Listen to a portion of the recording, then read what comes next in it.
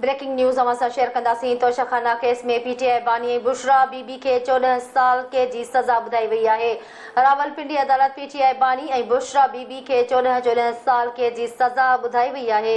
अदालत पीटीआई बानी के 10 साल लाइ नाअहल करार दे छो। ब्रेकिंग न्यूज़ है, अवां के आगाह कयूं पिया। तोशाखाना केस में पीटीआई बानी और बुशरा बीबी के 14 साल कैद की सज़ा बुधाई वही है।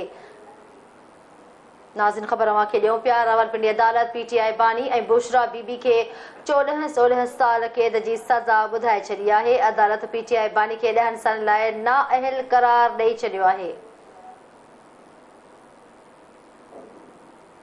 नाज़िन अवां खे आगाह कयूं पिया। तोशाखाना केस बाबत ख़बर दे रहे हूँ। तोशाखाना केस में पीटीआई बानी और बुशरा बीबी के 14 साल कैद की सज़ा बुधाई वही है। रावलपिंडी अदालत पीटीआई बानी और बुशरा बीबी के 14 साल कैद की सज़ा बुधाए छॾी है।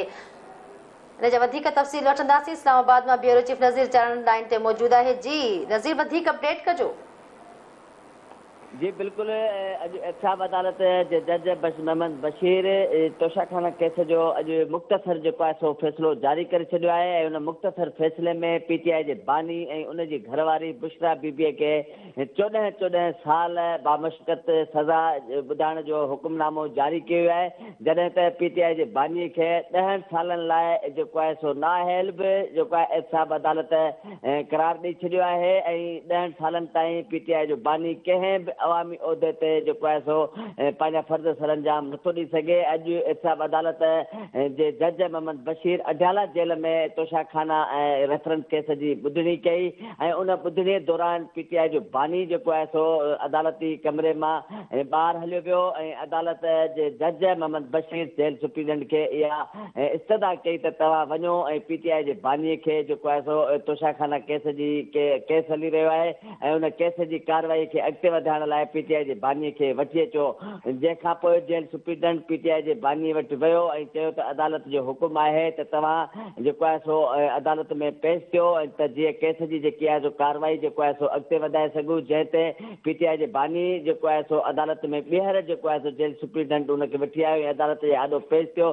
जंहिं ते अदालत जे जज मोहम्मद बशीर चयो त तोशाखाना केस जी कार्रवाई हली रही आहे ऐं तव्हां जेको आहे सो 342 तहत जेको पंहिंजो बयान आहे उहो जेको आहे सो रिकॉर्ड करायो। जंहिं ते पीटीआई जे बानी अदालत खे ॿुधायो त मुंहिंजा जेके सो वकील अॼु न आया आहिनि ऐं जेसीं ताईं मुंहिंजा वकील नथा अचनि तेसीं ताईं जेको आहे सो मां पंहिंजो बयान रिकॉर्ड न कराईंदुसि। जंहिं ते जज मोहम्मद बशीर पीटीआई जे बानीअ खे मुखातिब थींदे चयो त तव्हां केतिरनि ई ॾींहंनि खां इहो मुसलसल चई रहिया आहियो त मुंहिंजा वकील नथा अचनि ऐं केतिरनि ई टाइम खां जेको आहे सो तोशाखाना केस जो जेको आहे सो ॿुधणी हली रही आहे ऐं असां चाहियूं था त केस खे हाणे जेको आहे सो आख़िरी मरहलनि में दाख़िल थी चुको आहे ऐं उनजो जेको आहे सो फ़ैसिलो अचणु तमामु ज़रूरी आहे। जंहिं ते पीटीआई जे बानी अदालत खे ॿीहर चयो त मां जेको आहे सो कंहिं बि सूरत में पंहिंजो जेको आहे सो 344 वारो बयान जेको आहे सो न रिकॉर्ड कराईंदुसि। जंहिं ते अदालत जे जज हिकु दफ़ो ॿीहर पीटीआई जे बानी खे चयो त मां हीअ आख़िरी वार्निंग ॾियां थो त तव्हां जेको पंहिंजो 342 वारो जेको बयान आहे उहो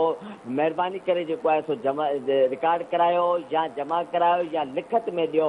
जंहिं ते इमरान ख़ान हिकु दफ़ो ॿीहर जेको आहे सो जज खां नाराज़गीअ जो इज़हार कंदे ऐं अदालती कमरे मां ज़बरदस्ती जेको आहे सो ॿाहिरि हलियो वियो ऐं हिकु दफ़ो ॿीहर एहतिसाब अदालत जे जज मोहम्मद बशीर जेल सुप्रीडेंट खे चयो त तव्हां हींअर वरी वञो ऐं आख़िरी भेरो पीटीआई जे बानीअ खे अदालत जे कमरे में वठी अचो त जीअं असां केस जी जेकी कार्रवाई आहे उनखे ॿीहर जेको आहे सो अदालत में वधाए अॻिते करे सघूं। जंहिं बैदि हिकु दफ़ो ॿीहर जेको आहे सो पीटीआई जो बानी अदालती कमरे में आयो ऐं एहतिसाब अदालत जे जज मोहम्मद बशीर पीटीआई जे बानीअ खे मुखातिब थींदे चयो त आख़िर तव्हां छा था चाहियो, अदालती वक़्तु छो ज़ाया करे रहिया आहियो। असां बि जेको आहे सो केतिरे वक़्त खां जेको आहे सो ॿिए मामलात छॾे करे असां अडयाला जेल पहुचूं था ऐं केस जी ॿुधणी हलायूं था ऐं तव्हां मुसलसल जेको आहे सो गैर ज़िम्मेवारी जो मुज़ाहिरो करे रहिया आहियो ऐं तव्हांजी घरवारी गुज़िरियल ॿुधणी ते जेको आहे सो 342 तहत जेको बयानु हो ऐं या जेके 25 सुवालनामा ॾिनासीं